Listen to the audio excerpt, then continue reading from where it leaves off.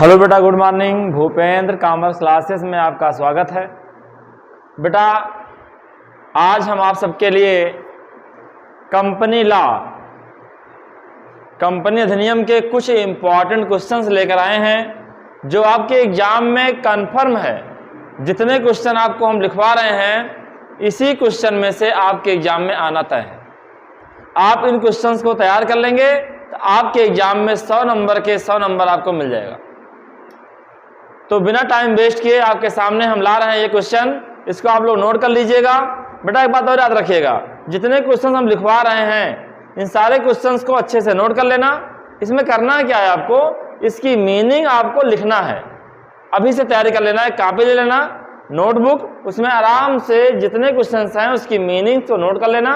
उसके बाद उसके अंदर आपको क्या लिखना है, उसकी हेडिंग्स को और दो एक डिफिनीशन आपको हर टॉपिक पे तैयार होनी चाहिए। इतना काम करना है बस। क्वेश्चंस क्या हैं आइए देखते हैं। बेटा आपका पहला क्वेश्चन है, कंपनी की परिभाषा दीजिए।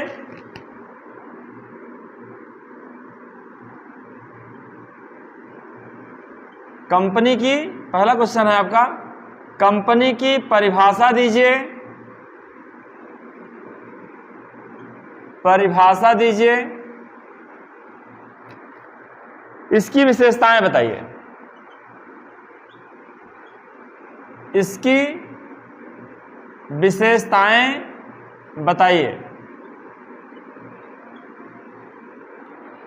यानी आपको कंपनी की डिफिनेशन देना है और कंपनी की कैरेक्टरिस्टिक्स, यानी आप कंपनी किसे कहते हैं उसको बता दीजिएगा, उसकी दो डिफिनेशन दे दीजिएगा। उसके बाद कंपनी की कौन कौन सी विशेषताएं हैं, उसकी कैरेक्टरिस्टिक्स है, उसको आप बता दीजिएगा। इस क्वेश्चन में इतना ही लिखना रहेगा। अगर आपका क्वेश्चन इस टाइप का है, अथवा मैंने आर लगा दिया, अथवा अगर आप क्वेश्चन इस टाइप का है तो भी आपको लिखना यही है, क्या, कंपनी का अर्थ, परिभाषा और उसकी विशेषता। किस टाइप का, एक कोटेशन है, जरा देख लीजिए। कोटेशन ये है, कंपनी कानून द्वारा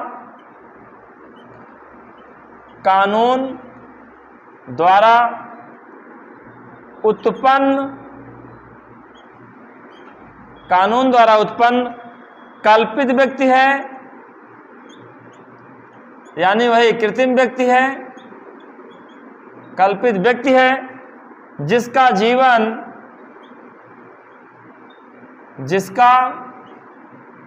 जीवन शाश्वत है, जिसका जीवन शाश्वत है और उसकी सार मुद्रा होती है, और उसकी सार्वमुद्रा होती है, सार्वमुद्रा होती है। इस कथन पर टिप्पणी दीजिए। इस कथन पर टिप्पणी दीजिए।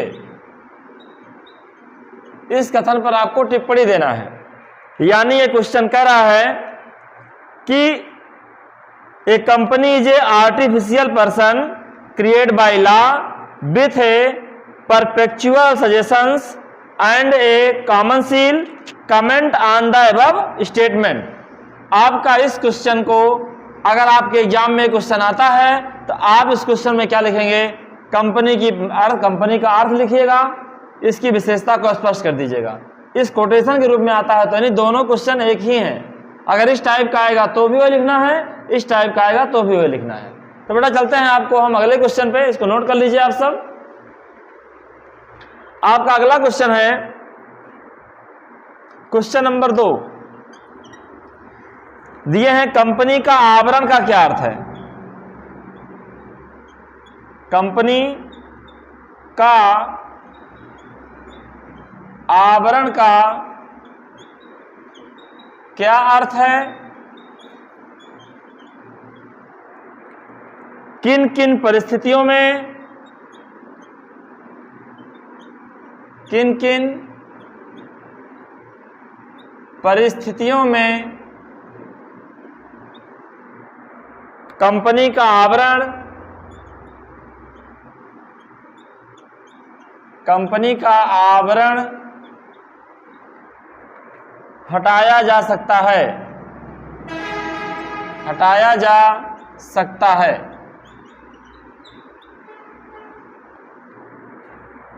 क्वेश्चन है, what is meant of corporate veil, under what circumstances corporate veil can be pierced. यानी कंपनी का आवरण का क्या अर्थ है, किन किन परिस्थितियों में कंपनी का आवरण हटाया जा सकता है। बेटा इसमें आपको लिखना क्या है, कंपनी के आवरण का क्या अर्थ है, मतलब what is meant of corporate veil, मतलब इसमें आपको लिखना यह है कि कंपनी का रजिस्ट्रेशन, इस सम्मेलन से मतलब वो है उसका आवरण। थोड़ा सा लिख के, आवरण के बारे में मैंने आपको बताया भी था, लिख करके उसके बाद क्या करना है आपको कि किन किन परिस्थितियों में कंपनी का आवरण हटाया जाता है, मतलब वो सर्कमस्टांसेस बताइए जिसके कारण रजिस्ट्रार ऑफिस से या कंपनी या न्यायालय या कोर्ट कंपनी अधिनियम के अकॉर्डिंग कंपनी का आवरण हटा करके उसकी जांच करेगी, जांच करने के बाद दोषी पाया जाएगा उसको दंड देगी। ये काम करना है आपको इस क्वेश्चन में। क्वेश्चन नंबर 3 आपका है बेटा, कंपनियों के प्रकारों का वर्णन कीजिए। कंपनियों के प्रकारों का वर्णन कीजिए। यानी आपको इसमें लिखना क्या है, describe the various types of companies, describe the various types of companies. मतलब कहने का मेरा यह है कि मैंने इसको क्वेश्चन को इसलिए दिया कि जिससे जितनी कंपनियां हैं उन सारी कंपनियों के बारे में आप पढ़ सके। उसी में निजी कंपनी भी आती है, उसी में सार्वजनिक कंपनी भी आती है। तो बेटा इस टॉपिक को पढ़ करके आप बहुत सारे टॉपिक को क्लियर कर लेंगे एग्जाम में। तो इसमें आपको लिखना क्या है, कंपनी क्या है और उसके प्रकार कितने प्रकार की होती है। क्वेश्चन नंबर 4 बेटा, एक निजी कंपनी और सार्वजनिक कंपनी में अंतर कीजिए। एक निजी कंपनी और सार्वजनिक कंपनी में, सार्वजनिक कंपनी में अंतर दीजिए या अंतर कीजिए। बेटा इसमें आपको क्या लिखना है, प्राइवेट कंपनी और पब्लिक कंपनी में डिफरेंट बताना है आपको, दोनों में क्या अंतर है। लेकिन बेटा सुनिए, जब आप अंतर बताइएगा ना डिफरेंट दोनों में क्या डिफरेंट है, तो पहले दोनों की मीनिंग लिख देना। केवल डिफरेंट पूछेंगे तो जब भी कभी तुमसे कोई डिफरेंट पूछें तो पहले आप कंपनी क्या बताइएगा, कंपनी की पहले बताइए, सॉरी जिसका डिफरेंट पूछेंगे उसका पहले मीनिंग बताइएगा, फिर दोनों में डिफरेंट को समझाइएगा आप।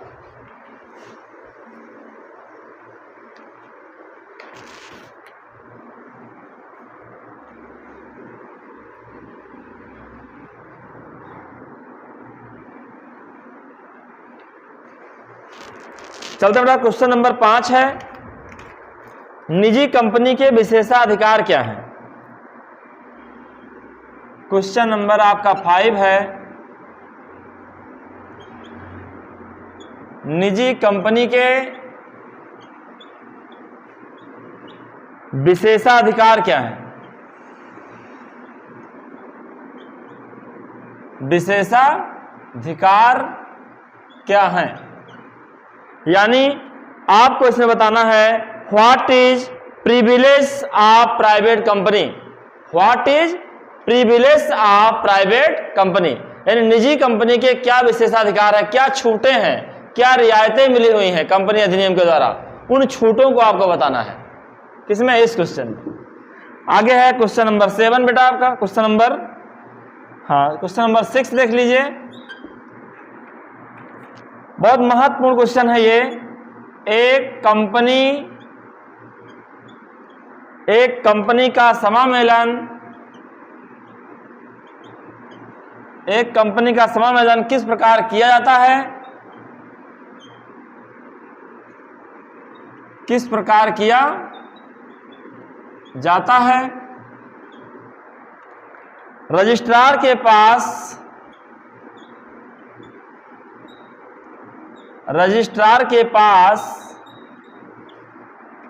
फाइल किए जाने वाले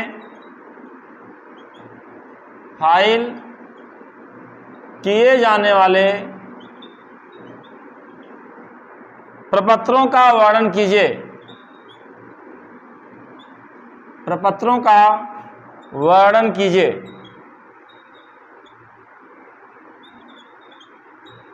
वर्णन कीजिए। How is a company incorporated? Mention the documents to be filed with the registrar of companies. यानी आपको इसमें क्या लिखना है एग्जाम में, एक कंपनी समामेलन, कंपनी का समामेलन किस प्रकार किया जाता है, यानी एक कंपनी का इनकॉर्पोरेशन कैसे होता है, समामेलन कैसे होता है, ये बताना है आपको, पूरा प्रोसेस उसका। और फिर कह रहे हैं कि समामेलन कराते समय, इनकॉर्पोरेशन कराते समय कौन कौन से डॉक्यूमेंट फाइल करने पड़ते हैं। क्वेश्चन अगला है बेटा, क्वेश्चन नंबर 7। इसमें है प्रवर्तन तथा प्रवर्तक पर टिप्पणी लिखिए। प्रवर्तन तथा प्रवर्तक पर टिप्पणी लिखिए। टिप्पणी लिखिए यानी आपको कमेंट नोट करना है, कमेंट करना है किस पर, प्रमोशन पर, प्रमोशन पर और प्रमोटर पर आपको कमेंट करना है। बेटा देखो आपके एग्जाम में कभी कभी टिप्पणी पूछते हैं, किस पर टिप्पणी लिखिए, उस पर टिप्पणी लिखिए। तो जिस पर आपको टिप्पणी लिखने के लिए बोलेंगे ना, तो टिप्पणी में क्या लिखना है, उसकी मीनिंग लिखना है, वो क्या है, थोड़ा सा विशेषता दे देना, उसका इंपॉर्टेंस इतना बहुत है। या किसी पार्टिकुलर व्यक्ति का या किसी टॉपिक के बारे में, जैसे पूछे प्रवर्तक के बारे में बताइए, प्रवर्तक किसे कहते हैं, इसकी मीनिंग, फिर इसकी क्या कार्य क्या है और इसके उत्तरदायित्व क्या है, यानी इसके वर्क क्या होते हैं, इसके रिस्पॉन्सिबिलिटी क्या है, ये आपको देना पड़ेगा टिप्पणी में। जैसे क्वेश्चन पूछेंगे, लॉन्ग पूछेंगे तो लॉन्ग दीजिएगा, शॉर्ट पूछेंगे तो शॉर्ट में दे दीजिएगा। अगला क्वेश्चन है बेटा,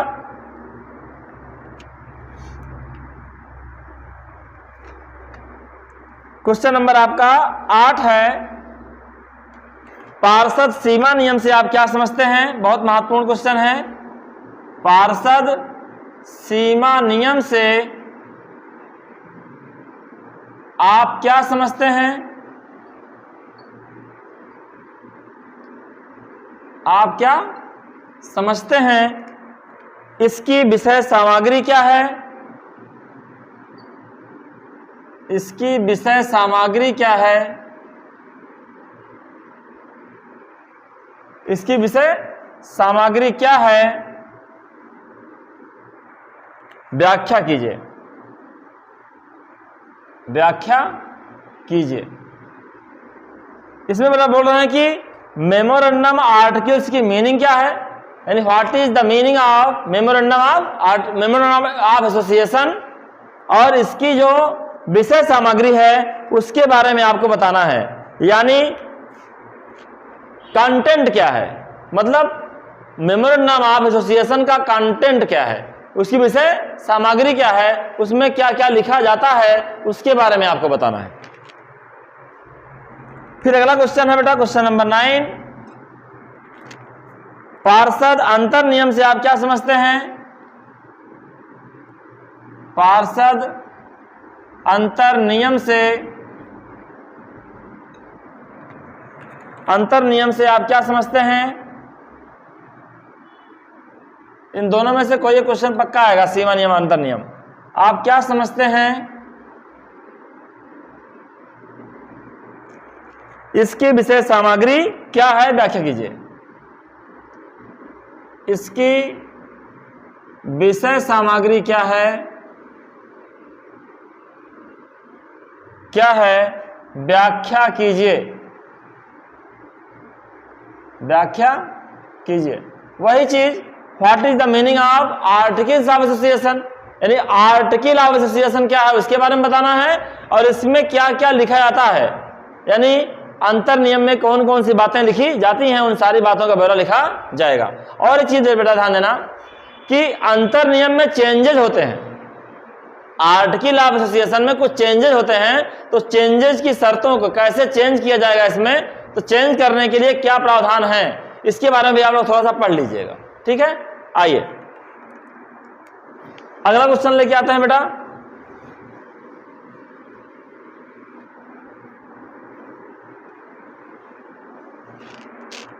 अगला क्वेश्चन है, निम्न पर टिप्पणी लिखिए। कमेंट अंडर, जो भी क्वेश्चन हैं इन पे कमेंट करना है, आपको टिप्पणी लिखनी है। महत्वपूर्ण क्वेश्चन है। पहला है आपका, लिखिएगा निम्न पर टिप्पणी लिखिए। पहला है प्रविवरण, प्रॉस्पेक्टस। प्रविवरण, प्रॉस्पेक्टस। तो प्रविवरण क्या होता है? ये कंपनी द्वारा इशू किया गया एक डॉक्यूमेंट है जिसमें कंपनी के बारे में सारी बातों का उल्लेख होता है। कंपनी का नाम, पता, कंपनी क्या करती है, कहाँ कार्यालय है, कौन सा काम है, संचालक कौन कौन से हैं, कितना डिविडेंड देगी, कितना लोन पे ब्याज देगी, आज सारी बातों का ब्यौरा इसमें, कितने उसके पिछले वर्षों के लाभ रहे हैं, कितनी उसकी संपत्तियां हैं, कितने उसके दायित्व हैं, इन सारी बातों का ब्यौरा कहाँ रहता है? प्रॉस्पेक्टस में। तो इसमें ये आप इसको याद कर लीजिएगा, इसमें क्या लिखना है कि प्रविवरण क्या है और इसमें किन किन बातों का उल्लेख होता है। ये है आपका टिप्पणी। दूसरा आपका है गर्भित प्रविवरण क्या है? गर्भित प्रविवरण क्या है? प्रविवरण क्या है यानी आपको बताना है डीम्ड प्रॉस्पेक्टस। डीम्ड प्रॉस्पेक्टस क्या है? अगर ऐसा टिप्पणी पूछेंगे तो इसकी केवल मीनिंग बता दीजिएगा, बात खत्म, और कुछ का मतलब नहीं होता है। आगे दे रहे हैं, यह भी बहुत महत्वपूर्ण है, कई बार एग्जाम में आया है।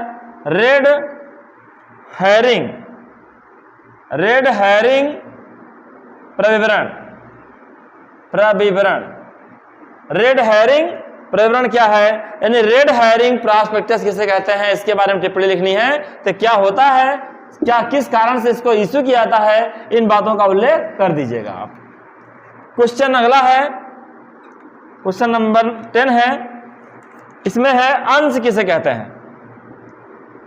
अंश किसे कहते हैं? अंश किसे कहते हैं? ये कितने प्रकार के होते हैं? ये कितने प्रकार के होते हैं? यानी आपको लिखना है what is meaning of share या what is share and types of share. Share कितने किसे कहते हैं और कितने प्रकार के होते हैं, आपको इस टॉपिक में ये बताना है। इतना बस, जितना एग्जाम में पूछेंगे बेटा आप उतना ही दीजिएगा। जैसे आपके एग्जाम में पूछे हैं कि अंश किसे कहते हैं, तो पहले आप दे दीजिएगा अंश शेयर किसे कहते हैं, उसकी मीनिंग, एक एग्जाम्पल दे दीजिएगा कि कैसे निकाला जाता है शेयर। फिर आप बताइएगा कि ये कितने प्रकार के होते हैं, इसके टाइप्स। तो आप जान रहे हैं टाइप्स दो होते हैं, इक्विटी शेयर और प्रेफरेंस शेयर। फिर प्रेफरेंस शेयर का टाइप्स देना होगा, दे दीजिएगा, ये बात अलग है। आइए अगला क्वेश्चन बहुत महत्वपूर्ण है, क्वेश्चन नंबर 11। बोनस अंश क्या है? बोनस अंश क्या है? इस संबंध में कानूनी प्रावधान बताइए। इस संबंध में कानूनी प्रावधान बताइए। प्रावधान बताइए। What are bonus share? Explain the legal provisions regarding the issue of bonus share.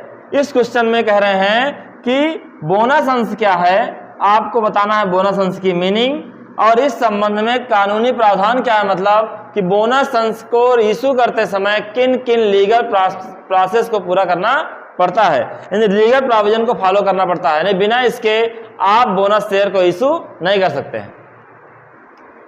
अगला क्वेश्चन बहुत महत्वपूर्ण है, क्वेश्चन नंबर आपका 12 है। दे रहे हैं अंश और स्टॉक में अंतर बताइए। अंश और स्टॉक में अंतर बताइए। अंतर बताइए, अर्थात आपको बताना है difference between share and stock. इन दोनों में क्या डिफरेंट है, जब भी आपसे डिफरेंस पूछेंगे बेटा, मैंने कितनी बार कहा है कि आप पहले शेयर के पूछे हैं और स्टॉक का पूछे हैं, तो पहले शेयर की मीनिंग दे दीजिएगा, फिर स्टॉक की मीनिंग दे दीजिएगा, दो दो तीन तीन लाइन जो भी होगा, फिर उसके बाद दोनों में डिफरेंस बताइएगा। यानी किसी भी चीज का डिफरेंस पूछते हैं तो पहले दोनों उसकी मीनिंग, फिर उसके बारे में अंतर के बारे में बात बताइएगा, कैसे अंतर किया जाएगा, दोनों का अंतर। अगला क्वेश्चन है बेटा, क्वेश्चन नंबर 13 आपका, कह रहे हैं प्रत्येक कंपनी को ऋण लेने की शक्ति होती है, प्रत्येक कंपनी को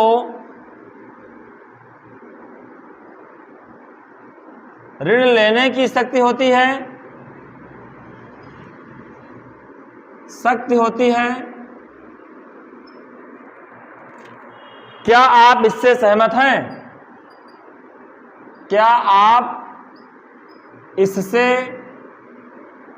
सहमत हैं?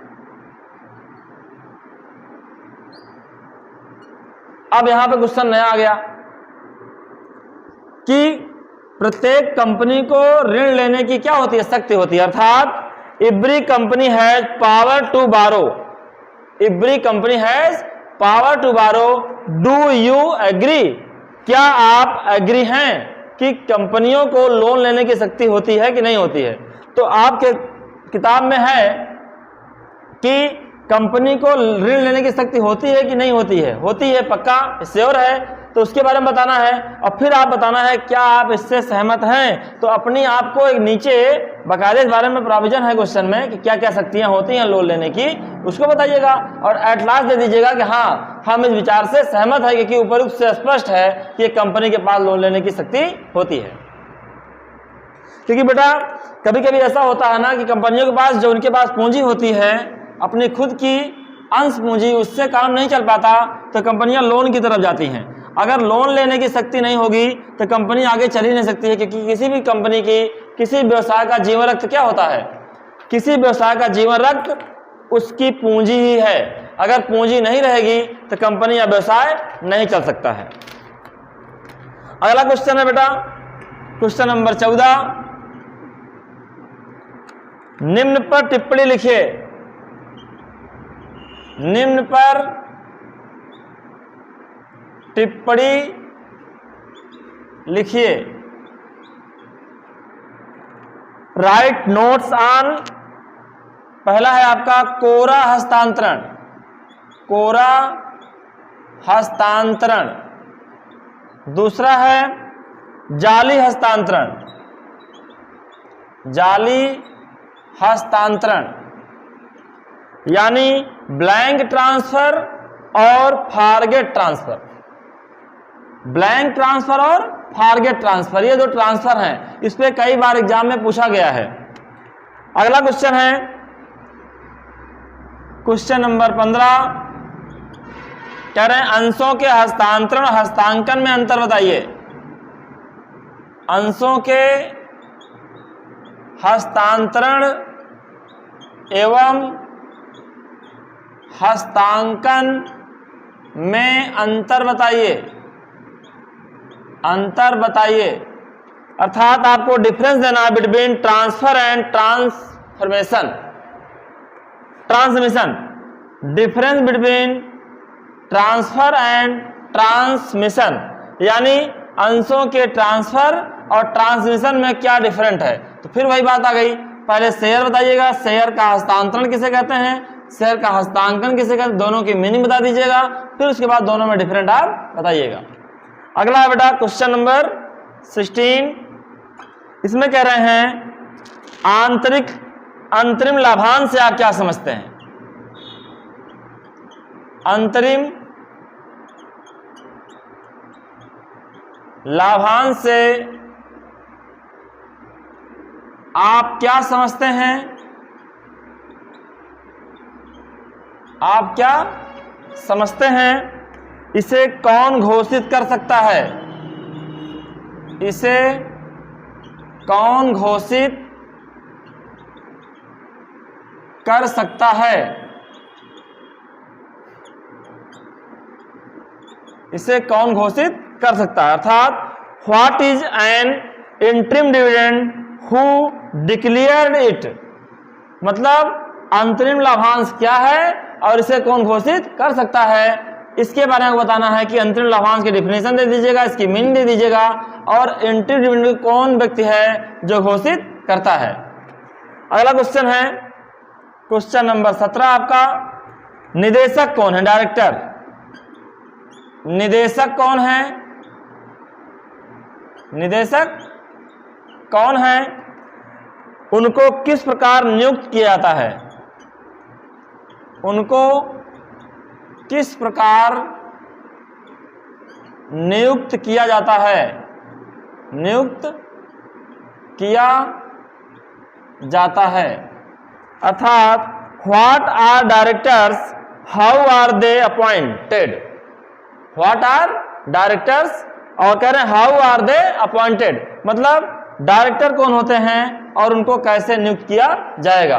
तो इसमें डायरेक्टर की मीनिंग बताइएगा, डायरेक्टर कौन होते हैं और उनको नियुक्त करने का पूरा प्रोसेस आपको बताना है, कैसे उनको नियुक्त किया जाएगा।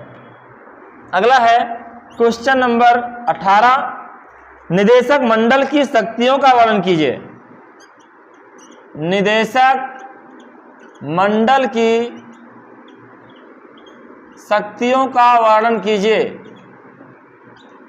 शक्तियों का वर्णन कीजिए। यहां बताना describe the power of the board of director, describe the power of the board of director, यानी जो संचालक होते हैं, निदेशक होते हैं, उनकी कौन कौन सी शक्तियां हैं, आपको इसके बारे में बताना है।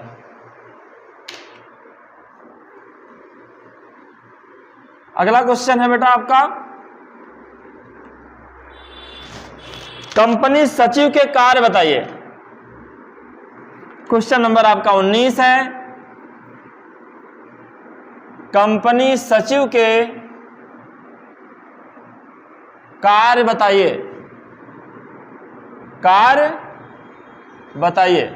इसमें आपको बताना है describe the functions of the company secretary, यानी पहले आप बताइए कंपनी सचिव किसे कहते हैं, फिर बताइएगा कंपनी सचिव के कौन कौन से कार्य हैं। अगला क्वेश्चन है आपका क्वेश्चन नंबर 20, विभिन्न प्रकार की सभाएं कौन सी हैं, विभिन्न प्रकार की सभाएं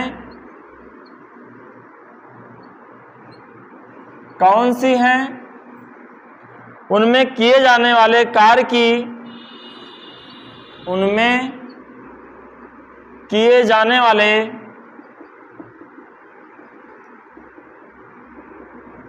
कार्य की प्रवृत्ति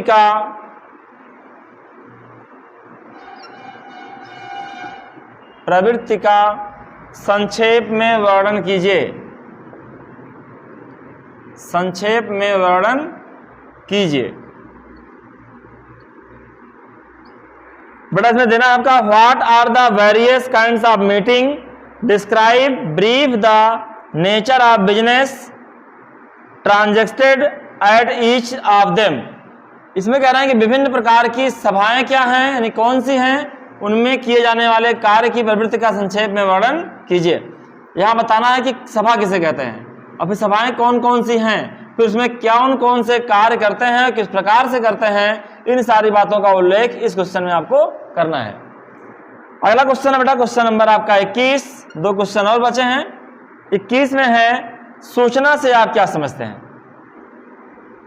सूचना से आप क्या समझते हैं, आप क्या समझते हैं, इसके आवश्यक तत्व बताइए, इसके आवश्यक तत्व बताइए,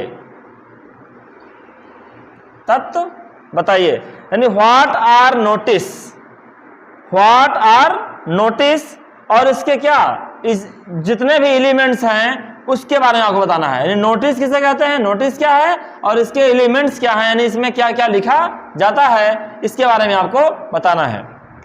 क्वेश्चन नंबर 22 है आपका कंपनी अधिनियम 2013,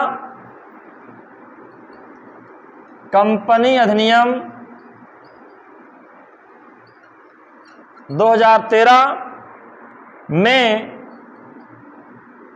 अन्याय तथा कुप्रबंध की रोकथाम के लिए किए गए प्रावधानों की व्याख्या कीजिए। किए गए प्रावधानों की व्याख्या कीजिए। अर्थात companies act 2013 relating to the prevention of operations and mismanagement. Question number इसमें क्या लिखना है आपको 22 में कि कंपनी अधिनियम के अंतर्गत अन्याय और कुप्रबंध को रोकने के लिए क्या प्रावधान किए गए हैं। पहले बताना अन्याय और कुप्रबंध क्या होता है, फिर उसको कैसे रोका जा सकता है, इसके बारे में कंपनी में क्या क्या प्रावधान दिए गए हैं। लास्ट क्वेश्चन है बेटा कंपनी का, क्वेश्चन नंबर 23। कंपनी के समापन से आप क्या समझते हैं? कंपनी के समापन से आप क्या समझते हैं? आप क्या समझते हैं? विभिन्न प्रकार के समापनों की व्याख्या कीजिए। विभिन्न प्रकार के समापनों की व्याख्या कीजिए। अर्थात कंपनी का बिल्डिंग अब कैसे होता है, कंपनी का बिल्डिंग अपने समापन कैसे होता है और समापन की कितनी विधियां हैं, किस किस प्रकार से कंपनी का समापन हो सकता है, आपको उसके बारे में इसमें बताना है। तो बेटा जो कंपनी अधिनियम है उसमें से मैंने पूरी बुक से मेन क्वेश्चन को नोट करके आपके सामने लाया हूं, और इतने क्वेश्चन को अगर आप तैयार कर लेंगे 23 क्वेश्चंस को, तो चाहे वो शॉर्ट हो, चाहे वो वेरी शॉर्ट हो, चाहे वो लॉन्ग हो, इसी में से आपको सारे क्वेश्चंस मिल जाएंगे। इसको खुद नोट कर लीजिए और आपके साथी जो आपके साथ पढ़ रहे हैं उनके पास भी भेजिए, वो लोग भी नोट कर लें और उनसे कहिए कि इसको पढ़ें, और इसी में से पक्का है कंफर्म आएगा। धन्यवाद।